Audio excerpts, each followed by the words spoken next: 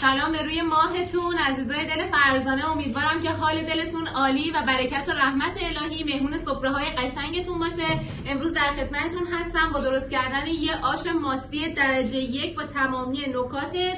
بریم که با هم دیگه درست کنیم. عشقای قشنگم، مواد لازم برای درست کردن این آش ماستی فوق‌العاده خوشمزه، سبزی تر و تازه است که سبزیمون اگر فصل اسفناج بود اسفناج، اگر نبود برگ چغندر، تره، گیشنیز و جعفری هستش.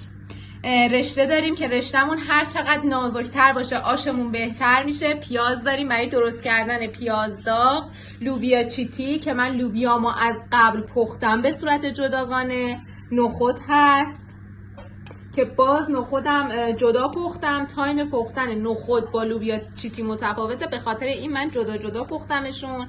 عدس داریم، عدسمون رو نپختم و اجازه دادم که عدس و سبزیمون با هم بپزه چون عدس خیلی سریع پخته میشه.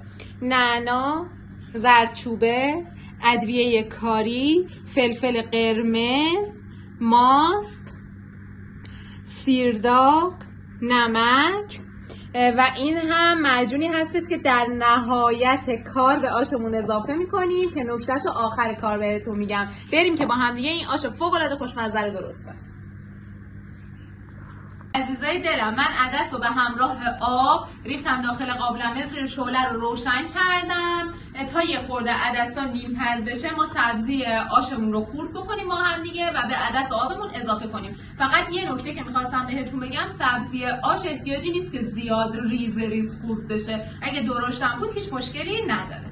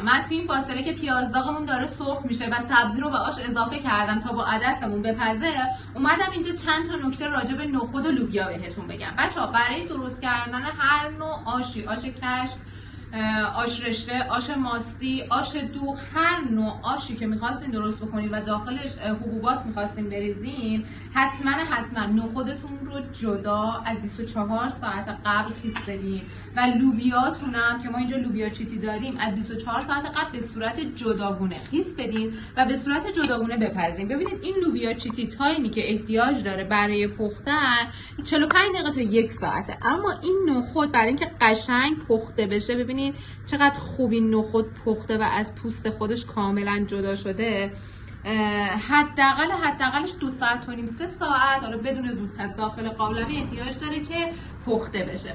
و اینکه برای گرفتن نفخ نخود و لوبیا میتونید که از خیارم استفاده بکنید. اگر خیلی عجله داشتیم، تایم نداشتیم که 24 ساعت قبل خیسش بدین، میتونین که خیار رو تیکه تیکه بکنیم و داخل نخود و لوبیامون بندازیم به صورت جداگانه که نفخ حبوباتمون رو کامل بگیره. من چون که حبوباتم کاملا پخته شده دیگه، در نهایت کار که رشته رو اضافه کردیم و خواستیم که دیگه حالا 5 دقیقه آخر که خواستیم آش خاموش بکنیم، حبوباتمون رو به آش اضافه میکنیم. به به به به بچه‌ها، فقط ببینید بوی عطر سبزی تازه واقعا آدمو مست میکنه. درست کنید بخورید، نوش جونتون. عشقا تو این فاصله که سبزی و پیاز داغمون داره آماده میشه، بریم سیرداغ و نعنا داغمون هم آماده بکنیم که من آموزش هاشو کاملا توی ویدیوی کشک و بادمجون بهتون گفتم، نکته هاشو گفتم. اگر ندیدین حتما بریم ویدیوی کشک و بادمجون رو نگاه کنید تا کاملا نکته هاشو متوجه بشید.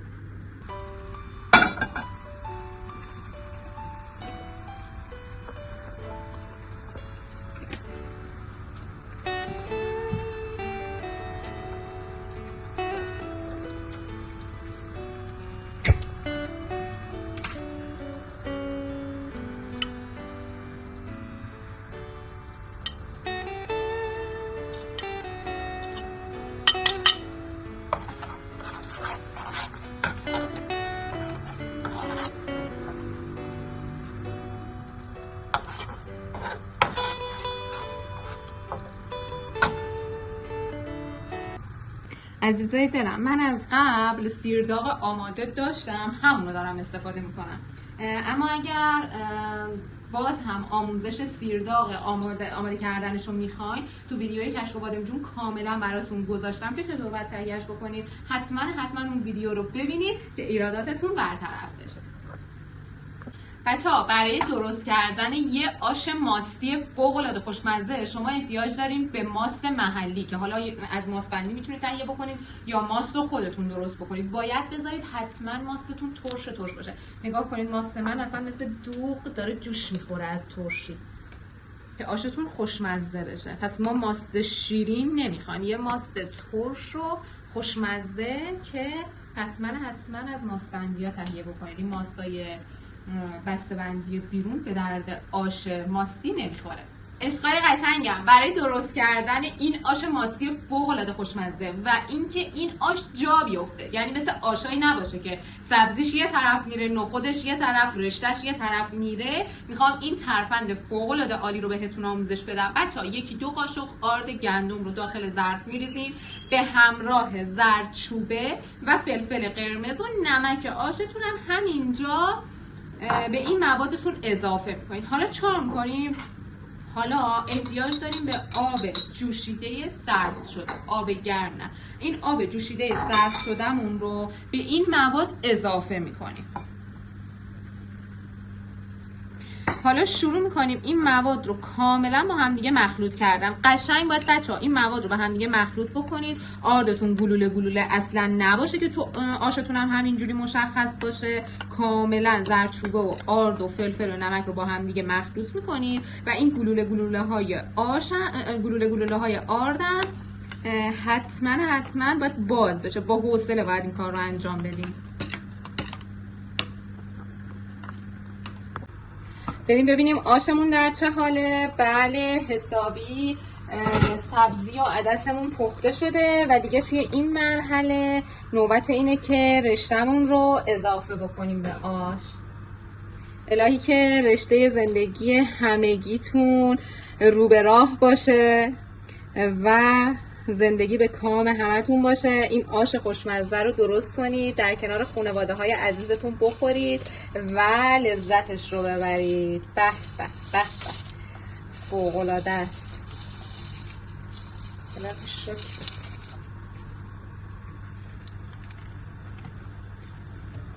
نگاه میکنید بچه‌ها، در حین کار قشنگ آشتون رو هم میزنید. ببینید چقدر رشته احتیاج داره. دیگه زیادم خیلی رشته نریزین که آشتون خیلی سفت بشه. ببینید در حین کار هم میزنیم. حالا ما الان هنوز حبوباتمون هم به آش اضافه نکردیم. برای من فکر میکنم رشته‌مو همش رو بریزم. خوبه اجازه میدیم یه چند دقیقه رشته‌مون قل بخوره و با سبزی و عدسمون بپزه، ولی دیگه احتیاجی نیست که در قابلمه رو بذاریم. قشنگ خوب رشته ها رو هم میزنیم که رشته ها به هم دیگه نچسبه بچه‌ها تو آش. بچه‌ها الان دیگه رشته هامون یه مقدار نرم شده، ولی هنوز هم احتیاج به پختن هست. وقتی که رشته هامون نیم پس شده میایم چیکار میکنیم؟ این مخلوط آرد و آب و زردچوبه و فلفل و نمکمون رو به آشمون اضافه میکنیم و به سرعت آشو هم میزنیم که آردمون گلوله گلوله نشه داخل آش. بچه‌ها با این ترفند رنگ آشتون خوشگل تر میشه، آشتون قوام پیدا میکنه و باعث میشه که هر کدوم از مواد آش یه طرف نره. قشنگ یه آش یه دست و مشتی داشته باشیم. بچه‌ها الان دیگه حبوباتمون، نخودمون و لوبیامون رو هم به آشمون اضافه میکنیم.